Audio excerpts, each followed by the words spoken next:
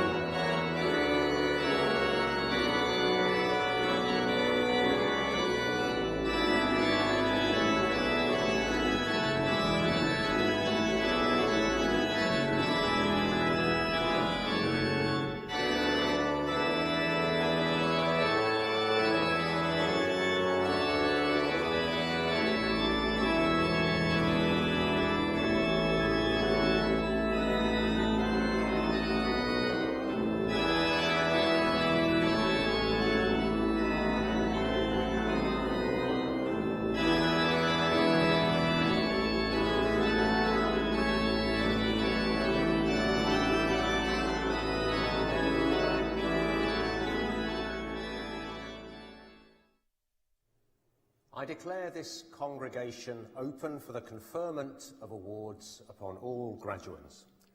Please be seated.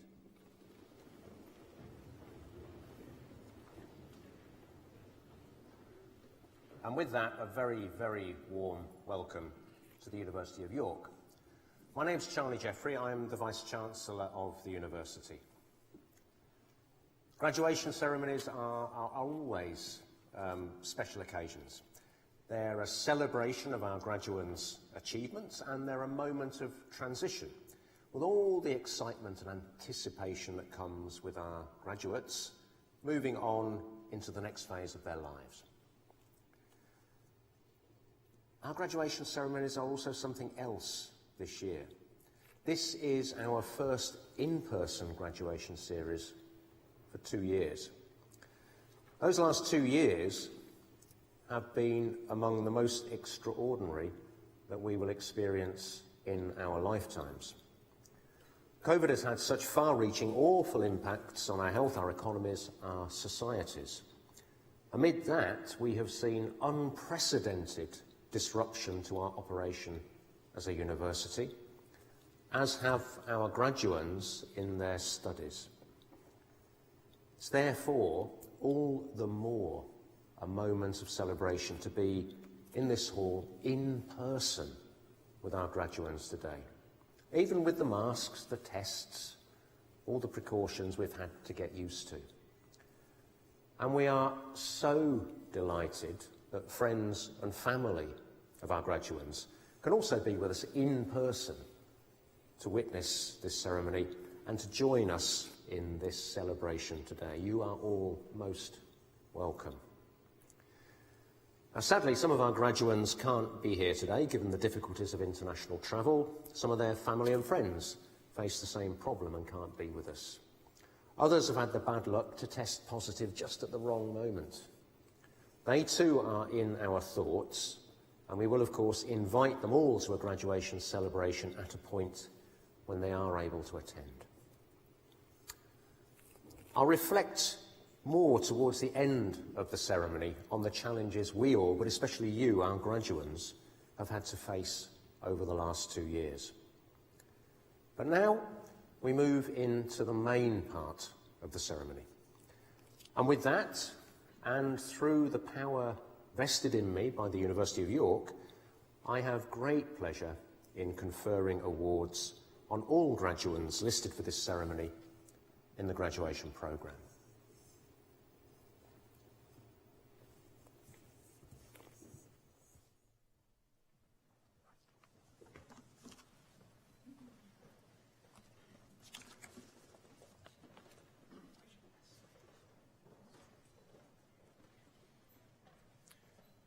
Vice-Chancellor, I have the honour to present the following candidates for the degree of Master of Science in Computer Science with Data Analytics: Richard Loy.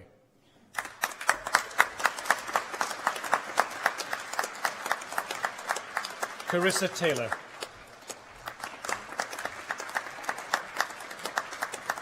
For the degree of Master of Science in Advanced Computer Science, Kunpeng Lee. Roderick Aman Wood. For the degree of Master of Science in Cybersecurity, Xiong Lo Chung. Charles Dodd.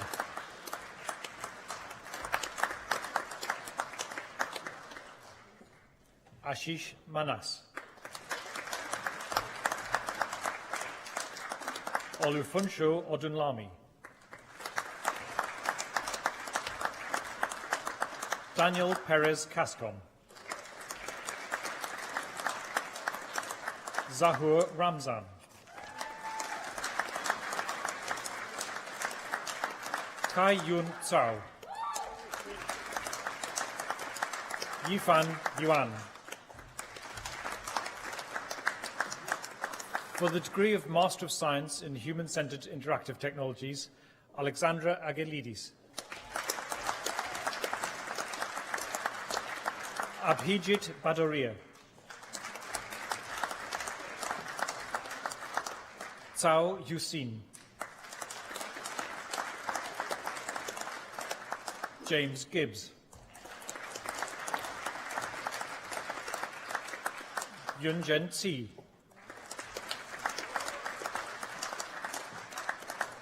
Nicole Kelly. Yue Li.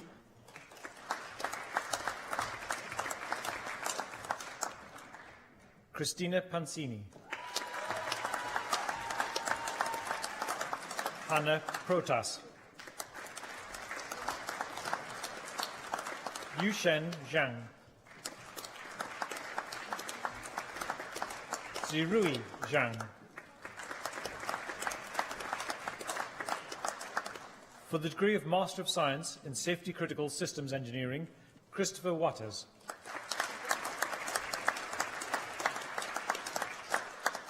For the degree of Master of Engineering in Computer Science, Luke Moll.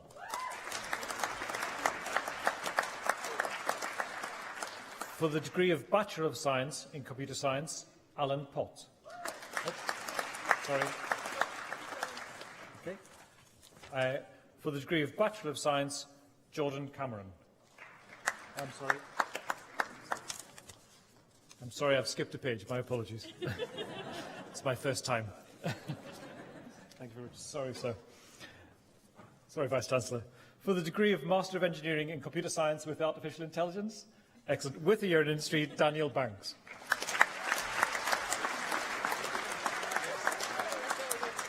For the degree of Master of Engineering in Computer Systems, David Norman. For the degree of Postgraduate Certificate in System Safety Engineering, Stephen Wilson.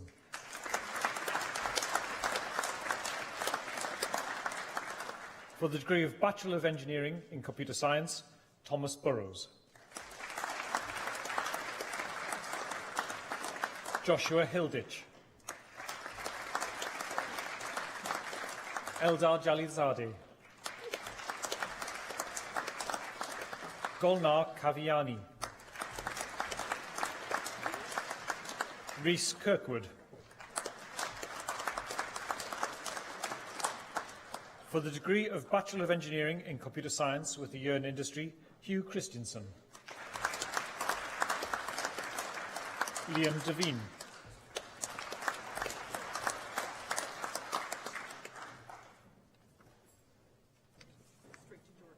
Okay. For the degree of Bachelor of Science, Jordan Cameron.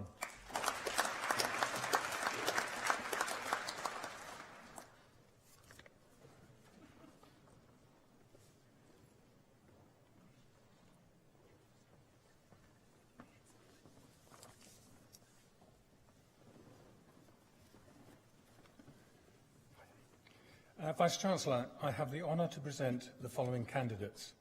For the degree of Doctor of Philosophy in Electronic Engineering, for research in extended gate ISFETs for detecting beta-lactamase, Callum Silver.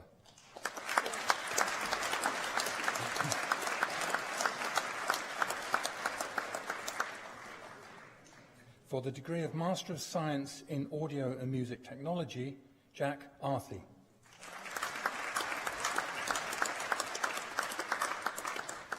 James Brooks Park.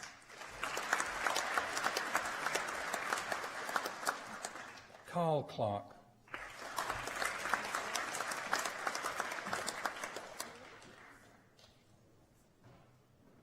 Alex Cullen.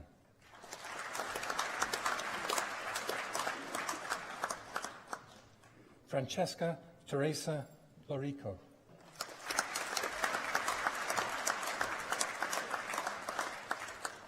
Yiling Lu.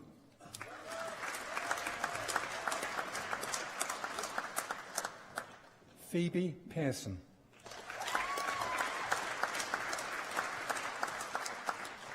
Jack Pellat.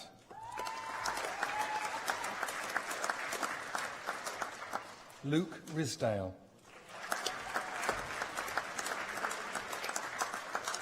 For the degree of Master of Science in Communications Engineering, Cheng Tong Lee. No, sorry. Darshana Thamaranga Jayalath Ralaji.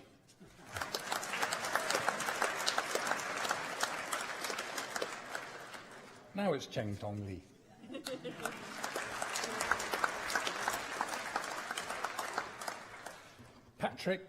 For the degree of Master of Science in Digital Systems Engineering, Patrick Adderley.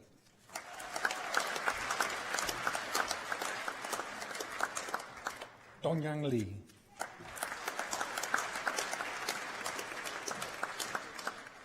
Cameron Smith.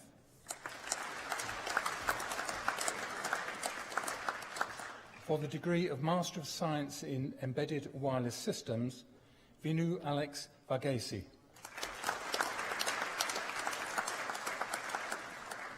For the degree of Master of Science in Engineering Management, Awab Abdel Rahman.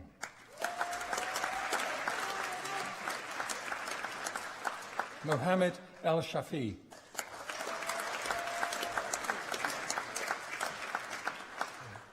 Prema Tradran Gopinath.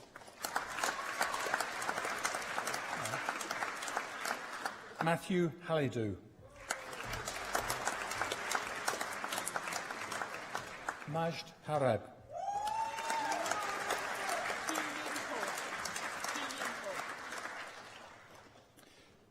Ho Ying Ko.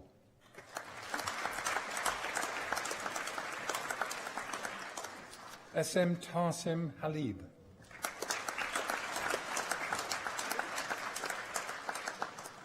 Arshaf Ali Hamad Ali.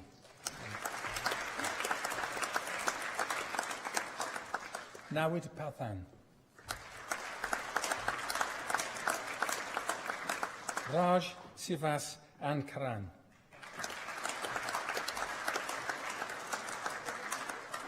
Jihao Tian.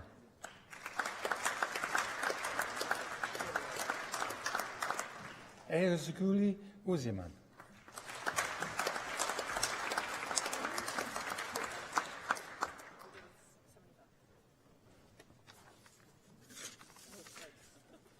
Guantong Ding.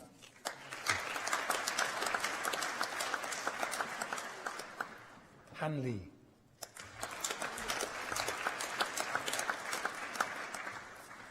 Matthew McIver.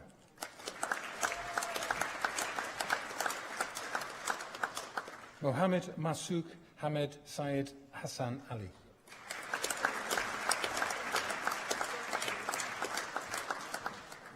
Inhan Shu.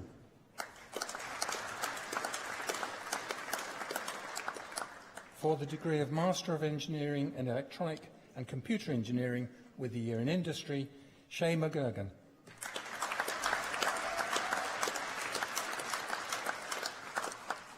For the degree of Bachelor of Engineering in Electronic Engineering, M. Colclough.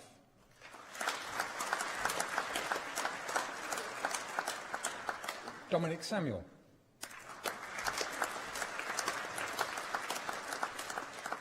For the degree of Bachelor of Engineering in Electronic Engineering with Business Management, Richard Hodges.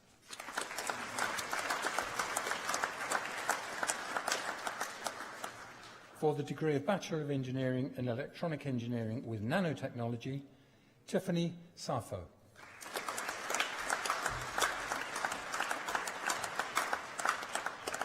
For the degree of Bachelor of Engineering in Electronic and Computer Engineering, Joshua Lucius.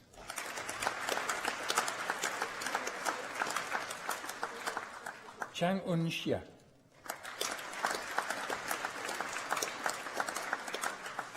For the degree of Bachelor of Engineering in Electronics, Jack Davison Gates. Syed Razvi.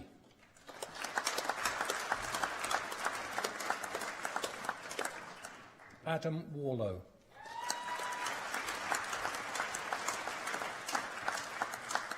And for the degree of Bachelor of Engineering in Music Technology Systems with a foundation year, Murray Durans.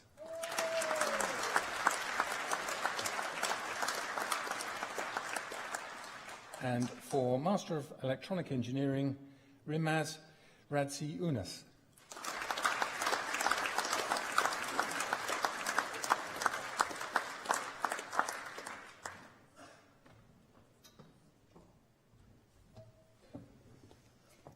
Ladies and gentlemen, ensemble Anonimi will perform Come Fly With Me by Frank Sinatra and arranged by Rachel Singer, followed by Respect by Aretha Franklin, arranged by Joshua Adams.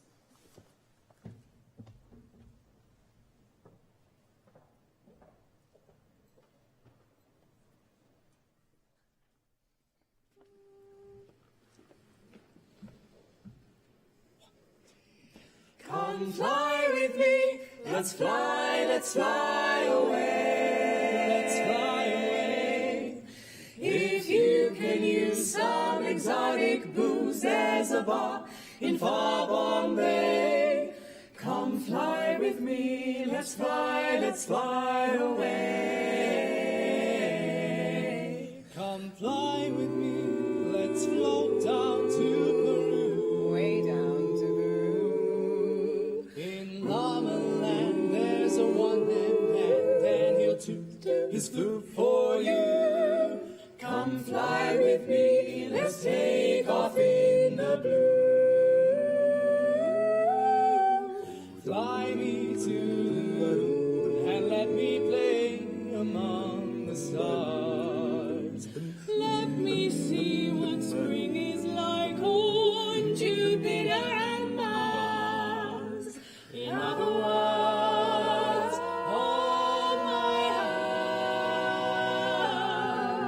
hand. In other words, baby, kiss me. Baby, fill my heart with song and let me sing forevermore. You are all I long for, all I worship and adore. In other words, please be true. In other words, I love you.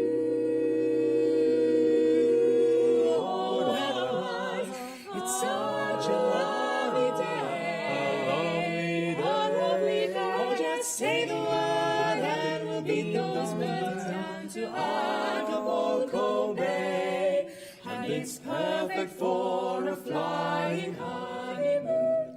They say, come on, fly with me, come fly, let's fly. Fly, let's fly away.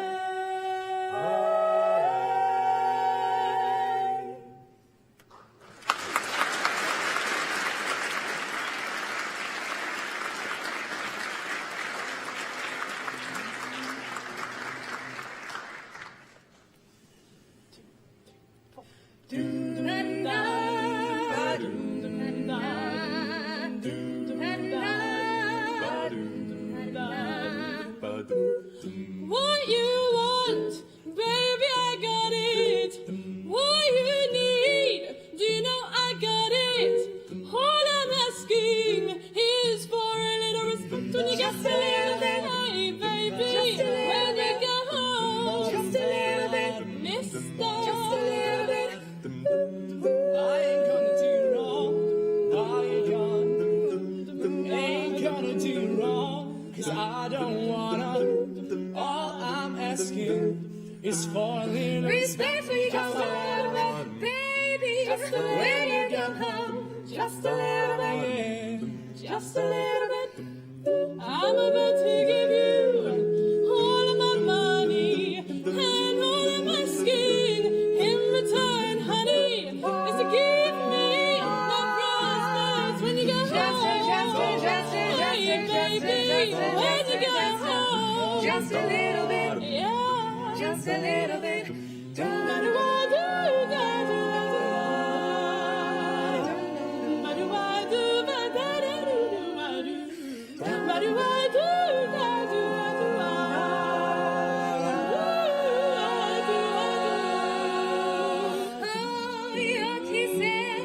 Sweeter than honey, and guess what? So is my money.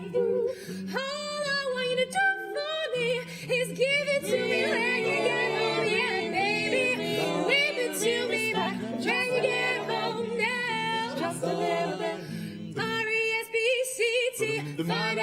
means to me. R-E-S-P-E-C-T. Take care of TCB.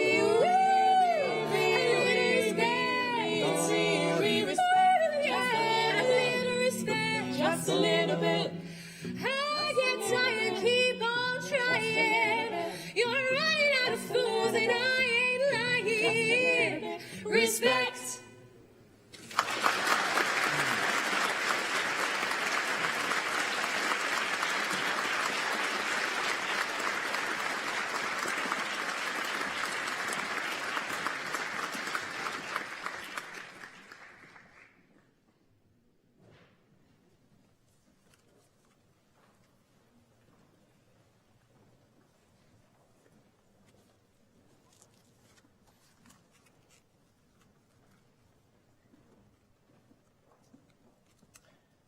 Vice-Chancellor, I have the honour to present the following candidates. For the degree of Doctor of Philosophy in Mathematics, Geishi Zheng.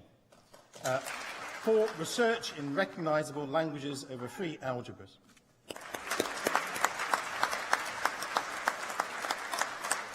For the degree of Master of Science in Financial Engineering,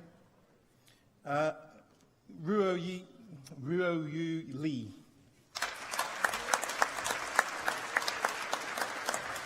Yi Wan. For the degree of Master of Science in Mathematical Finance, Yahor Bachelor.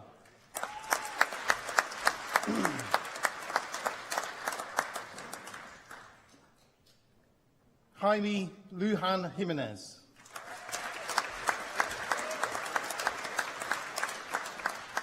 Ranyu Shen. Angus Suttle. Henry Triggs. Xu Ying Chao.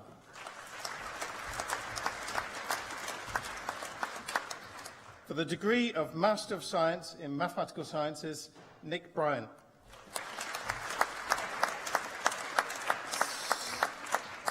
Samuel Clayton. Maria Dixon.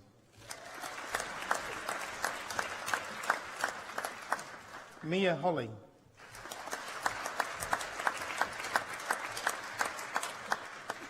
Isaac Leaf.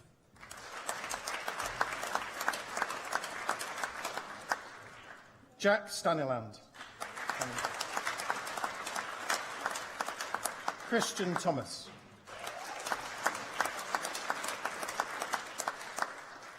For the degree of Master of Science in Statistics and Computational Finance, Samuel Russell.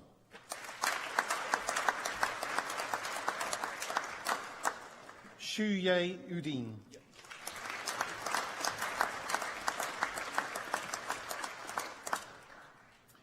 For the degree of Master of Mathematics in Mathematics, Arjun Badal.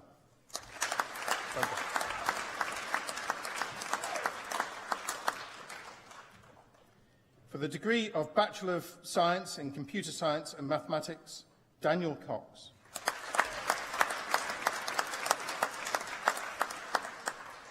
For the degree of Computer Science and Mathematics with a year in industry, Joseph Doughty.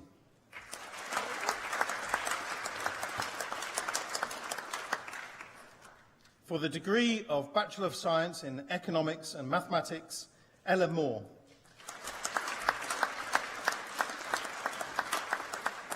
Rosie Wignall. For the degree of Bachelor of Science in Mathematics, Aisha Ahmed.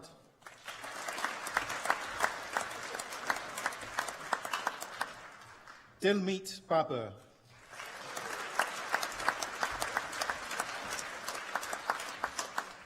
Daniel Byrne.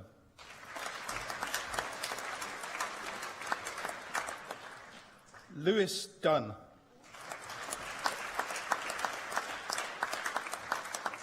John Ford. Eleanor Hall.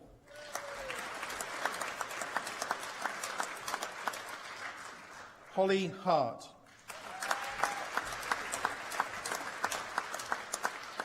Jade Hughes.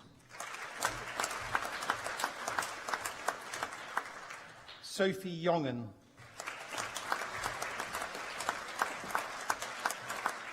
Rosie Littlejohn.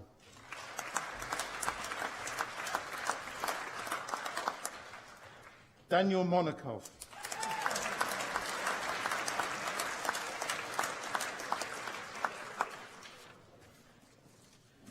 For the degree of Bachelor of Science in Mathematics and Philosophy, Kishori Taylor.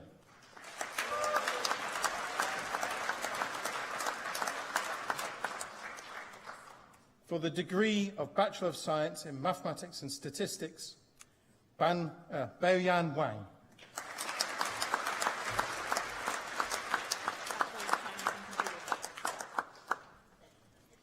For the degree of Bachelor in Science and Computer Science, Alan Potts.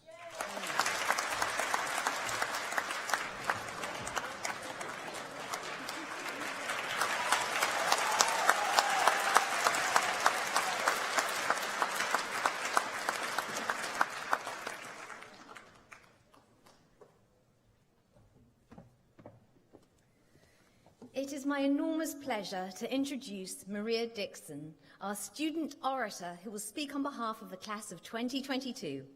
Our student orators have been invited to speak in recognition of their hard work on behalf of the student community and commitment to their studies. Our speakers have both pursued the most enriching experience they could during their time at York, as well as giving back to their community. On behalf of the class of 2022, I give you Maria Dixon.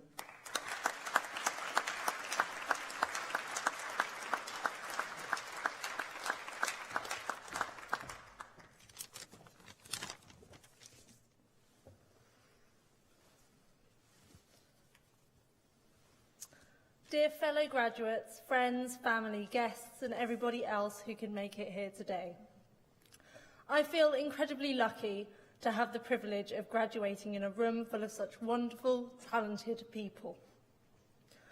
I did my undergraduate degree at another 1960s campus university with a lot of concrete architecture and an abundance of geese. So naturally, I was extremely excited to come and do my master's here at York. When I think about what shaped my year at the University of York, it is tempting to say surgical masks, hand sanitizer, and antiviral surface wipes. But really, the answer is lifelong learning and friendship. At York, I learned that your belief in yourself is your greatest asset. In today's society, with its overwhelming demands of achievement, it has never been more important to feel that you are good enough. People believe that you are as good as you think you are. If you have a low opinion of yourself, then others follow suit. But if you maintain that your work is good enough and that you are worth listening to, then so do others, because you have set a precedent. You oversee how you frame yourself, which influences the perception of yourself by others. How good other people think you are determines what opportunities are available to you. Do not mistake selling yourself short for an easy way to be liked by others.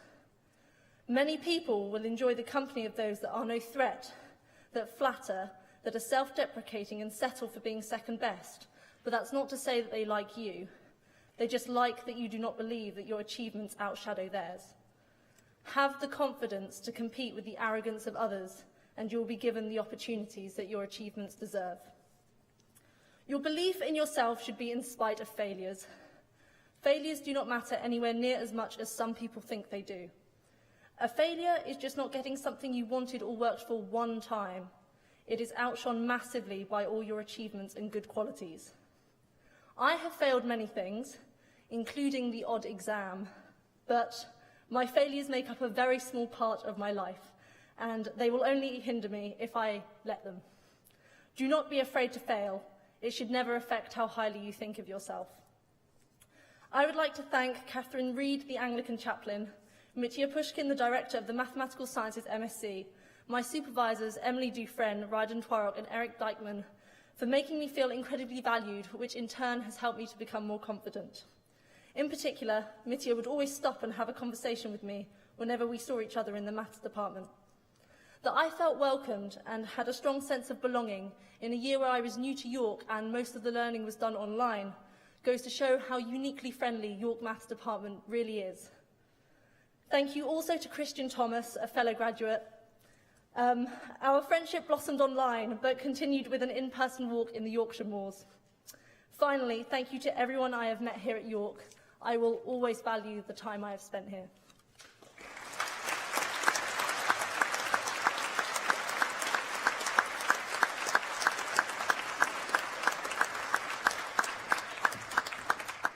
It is my great pleasure to introduce a message of congratulations from Honorary Graduate of the University of York, Dame Sharon White.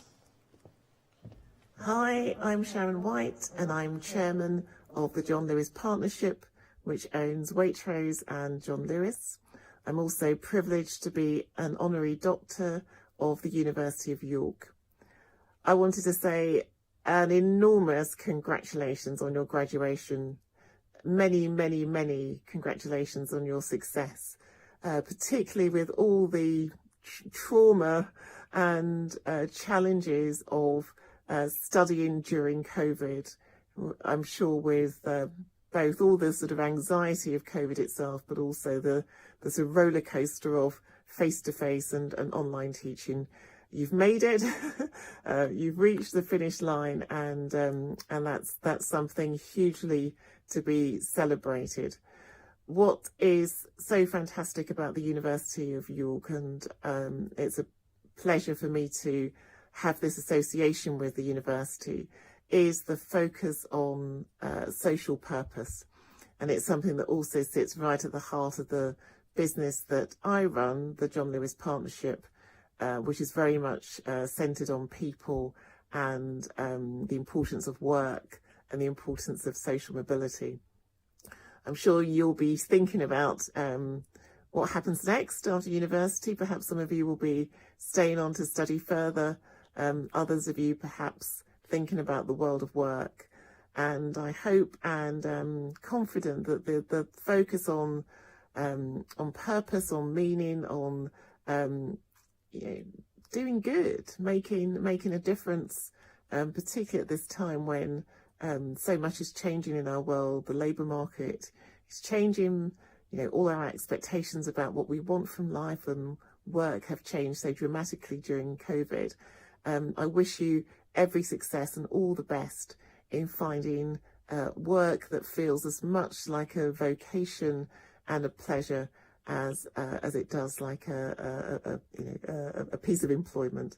So many congratulations again, and I hope you have great fun celebrating.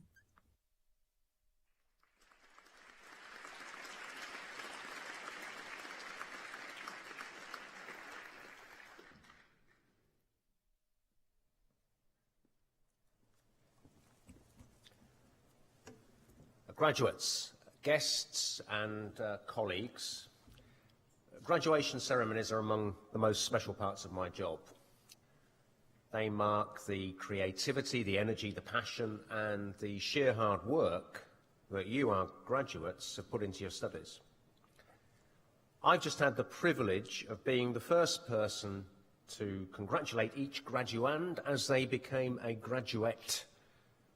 And I can now be the first person, too, to tell you how proud the university is of you. And I'm sure your supporters, family and friends agree. So I ask them, along with my colleagues, to applaud you, our new graduates.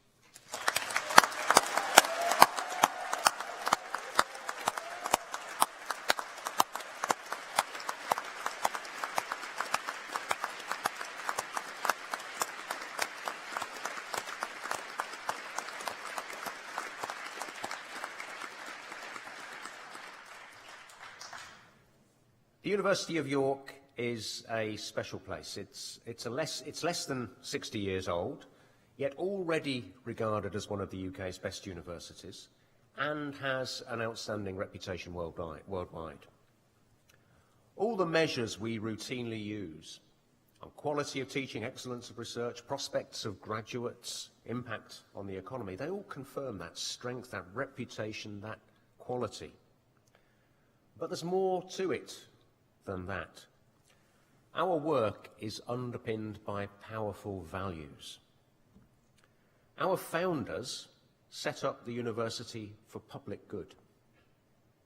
Our students weren't just to be technically proficient in their fields, but also to be able to apply their learning for social benefit, both in the UK, but also, and this was the language they used at that time, back in the early 1960s, as citizens of the world.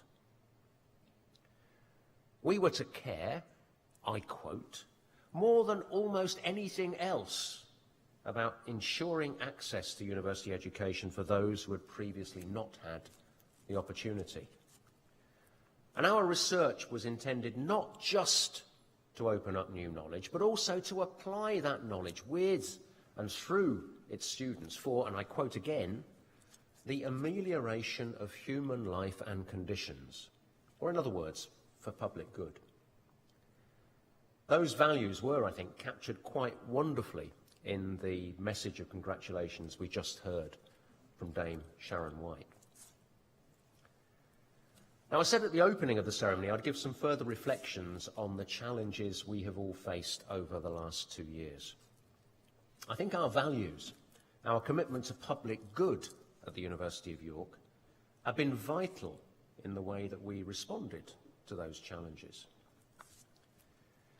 You may remember that a little less than 2 years ago, we were the lead item in the news, centre of national and international attention when York saw the first confirmed COVID cases in the UK, one of them a student of ours. Little did we know, amid the media maelstrom at the time, that that was just a prelude. Since then, COVID has taken a horrifying toll. We've seen over 5.5 million deaths worldwide, more than 150,000 in the UK. Many millions more have been ill, many of them badly so. Our economies have been severely disrupted. We've endured so many restrictions on our social interactions. Little did we know all that 2 years ago when we had those first cases in York. But there was something in that experience in late January 2020 that set a tone which has endured. So let me pick out some recollections from our first encounter with COVID in January 2020. First and foremost, there was an extraordinary sense of shared purpose that arose immediately across the university community. Even though things were uncertain, nobody knew much about COVID back then. Student, staff and people across the city came together. It was heartening, for example, to see Samara Jones, the then president of our Students' Union, on the front steps of the university before the amassed TV cameras and a frenzied pack of journalists, basically saying, "You lot, just keep calm, we've got this." And when we set up a call centre to deal with all the many anxious inquiries that came our way, we had more volunteers from our staff to handle those calls than you could shake a stick at. They understood the anxiety that people felt, and they responded with understanding and compassion. And when a tiny minority in the city resorted to stereotypes and scapegoating about the source of the virus, the response in the university and across the city was emphatic. We are not having that here. That is not acceptable. Instead, the city rallied round. We worked from the off with the City Council, the local NHS, with York St John University just down the road to manage that uncertain situation. And that set a tone which has persisted and has been a tremendous asset for the city over the last 2 years. Now, those responses, shared purpose, compassion, solidarity, collaboration became emblems of this university's COVID response. Let me pick out a few examples. And before I turn to our students, I want to dwell for a moment on my colleagues and the dedication, hard work and creativity they have applied to teaching and to supporting our students in that period. At times, we had to shift teaching and support services fully online. At others, we could do only some things in person. Only recently have we been able to move generally to in-person activity. As government guidance shifted on several occasions, my colleagues, lecturers, timetablers, technicians, cleaners, have had to adapt again and again and again. And that has, to be frank, been a strain, especially when it was combined with working from home, especially in periods when many had homeschooling to contend with too. I think the shared professional commitment to our students through all of this by our staff has been extraordinary. And what's also been extraordinary is how all this has been accompanied by continuing outstanding research achievement. Colleagues have found the time and the inventiveness to continue their research. Just look at all the great stories on our website, and to bring in the funding to do even more of it. And of course, some of that research in all parts of the university has been focused on COVID and its effects. What a confirmation our response to the pandemic has been of the value of universities, of the value of the expertise that they hold to our society. Extraordinary too was the way staff of all kinds mobilised to support the welfare of our students. We had, for example, a really difficult moment in October 2021. October 2020, I apologise, when over 2,000 students were in COVID self-isolation on campus and around the city. Some of you may recall that moment. We had to make sure they were fed and had other essentials. That was a huge logistical effort, and we could only do it through staff from all backgrounds, volunteering on top of their day jobs to make up food packs and deliver them, to phone students every day to make sure they were okay, and much, much more. So let me record my thanks to my colleagues, and let me call on you, our graduates, to join me in applauding our outstanding staff and all they have done to support you through your time here.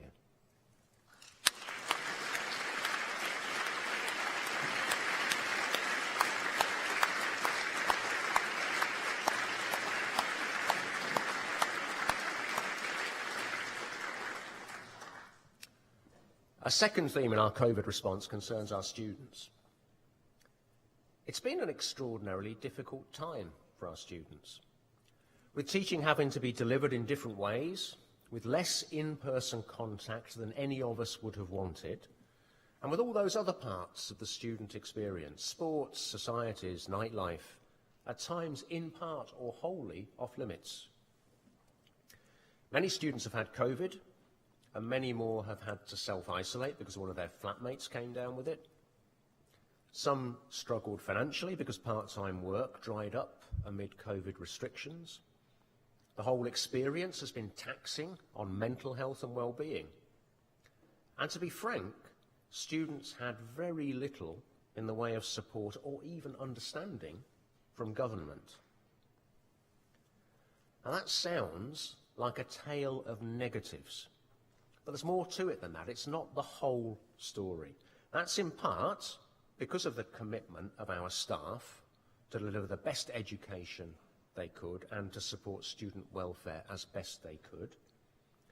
But it's in part because our students were so resilient. They adapted to studying in different ways. They adapted to socialising in different ways, in part online, in part outside. When we were able last year, we ran an outdoor facility called the Forest. It was booked out every night it was open by student societies, sports clubs, colleges, no matter what the weather. And my goodness, socialising outside in a Yorkshire winter takes some commitment. And then there were our students' unions, which were so inventive, working with my colleagues to identify student needs and solve them, including hundreds of 4G boosters for students with unreliable Wi-Fi, including Christmas hampers in December 2020 for care experience students and international students unable to travel home, delivered to their door by special arrangement with Morrison's. And beyond all that, our students rallied to support their community in the city. Our COVID test site on campus, which is a community test centre open to anyone in the city, has been staffed throughout by students. Students have volunteered in the community in all sorts of ways. One that particularly stands out for me is the work of our Student Tea and Coffee Club, which in normal times used to host coffee mornings for elderly residents in the city to have conversation and companionship. That couldn't be done during COVID, of course, but they switched immediately to regular phone calls to their elderly friends, support in shopping for essentials, and all sorts of other things. Absolutely wonderful.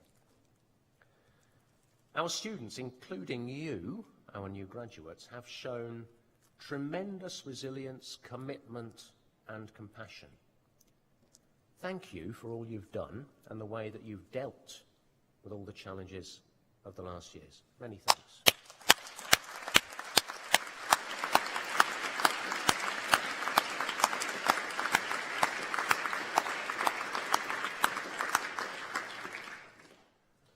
Thanks also to your family and friends, including those supporting you in the hall today. I suspect they may have helped you from time to time during your period here at the university, with advice, with companionship, the occasional shoulder to cry on, laundry services perhaps, and no doubt a little bit of money here and there. So graduates, I would like you to stand for a moment and turn to wherever your family and friends are in this hall and just raise the roof for them for a minute. Come on, up, up, up.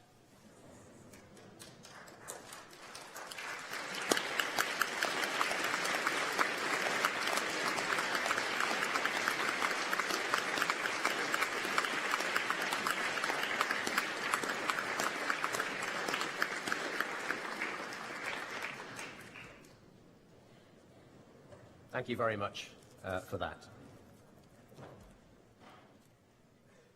I wish all of our graduates success and happiness for the future. Please keep in touch. As you crossed the platform earlier, you became members of the York Global Alumni Association, and that's now 140,000 people in 180 countries worldwide. Through the Alumni Association, you can stay in touch, share experience and insight, help and support one another, and of course, keep in touch with what's happening here at the university. We want you to see York as your university for life. And if you received financial support last year from our Emergency Student Support Fund, you have our alumni to thank, who donated hundreds of thousands of pounds. One day you too may be able to help future students at the university. And please do think hard about your experience at York during COVID. You are a unique generation of graduates. You have the same academic credentials as earlier generations. Like them, you've worked hard, you've mastered your subjects, you've got your qualification. But you have something more. You've had COVID to contend with too. I think this university and this city had a distinctive, almost instinctive approach to COVID, based in compassion and solidarity, looking out for each other. You were part of that. It's an example of our values, of what a commitment to public good can mean. I hope you'll take that with you as you move into the next stage in your lives. You can be sure it's something your future employers, perhaps Dame Sharon White, will value. I'm going to finish in a moment by showing a video which was part of a submission which led us to being shortlisted for University of the Year. I hope it will help you remember and reflect on how our community came together. Thank you.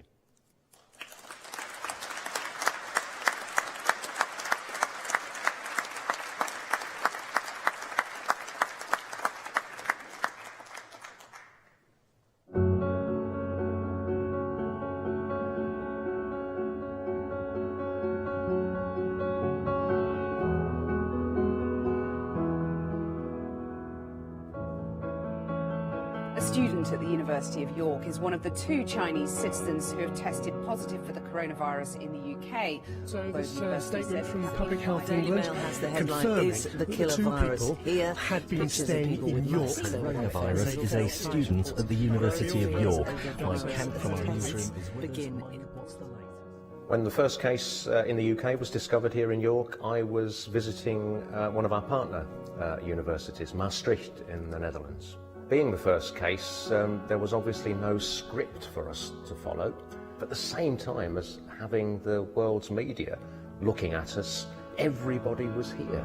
We brought together a contingency group, medical experts, others who could help us think through the issues that we might face, and we worked from the outset with the City Council and the other educational institutions in the city.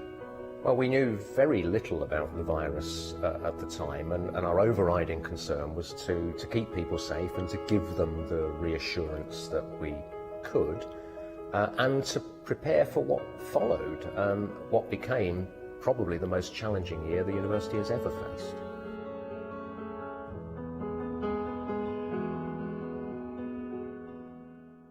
At the time, I think emotions were kind of all over the place. There was so much uncertainty, which provided a little bit of fear for the unknown and panic about what's going to happen next. The university was brilliant in that regard. They set up a phone line for students, for parents, for staff within the first 24 hours that anyone could call for any questions and reassurance. The key thing was listening to students and making sure that they could see leadership and also a lot of compassion and kindness, because it was an uncertain time both for staff and for students. One of the main things the university did was introduce the Emergency Student Support Fund, one of the first universities in the UK to do so, recognising that students would lose things like part-time work and there'd be various financial challenges facing students, and that was really important to give students that financial certainty wherever they were. We actually listened to what students and staff had to say, and with students we listened to what they had to say through their elected student representatives, being members of our contingency groups, and also by conducting pulse surveys as well, so that we captured the mood and indeed what students actually wanted, and we responded to that. We managed to get all of our teaching and learning online within a week of the pandemic starting, which I think is a remarkable achievement. We provided roughly about 6,000 welfare calls or checks on students in self-isolation throughout the pandemic. We actually provided lockdown loot for students as well, so we provided food, treats, activity packs, and even hampers at Christmas as well.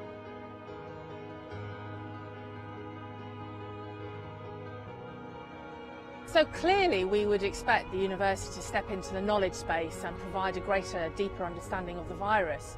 However, the University of York went much further than that. It engaged communities, it's provided open access to equipment and facilities and space. It provided us with leadership and support, and was very much a partner in dealing with the impacts of the pandemic on this city.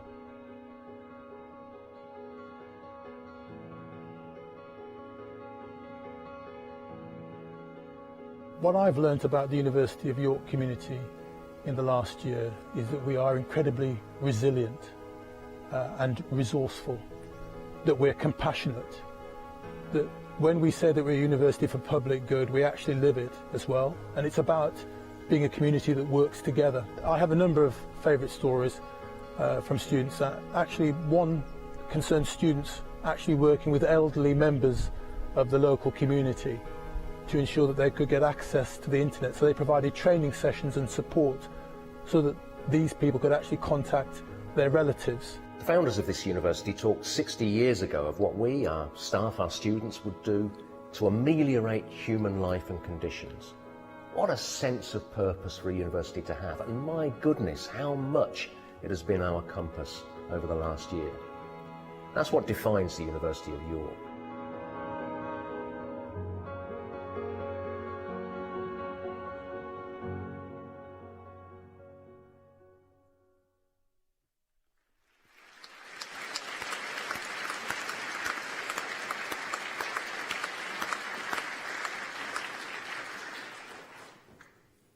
I declare this congregation closed. Please rise.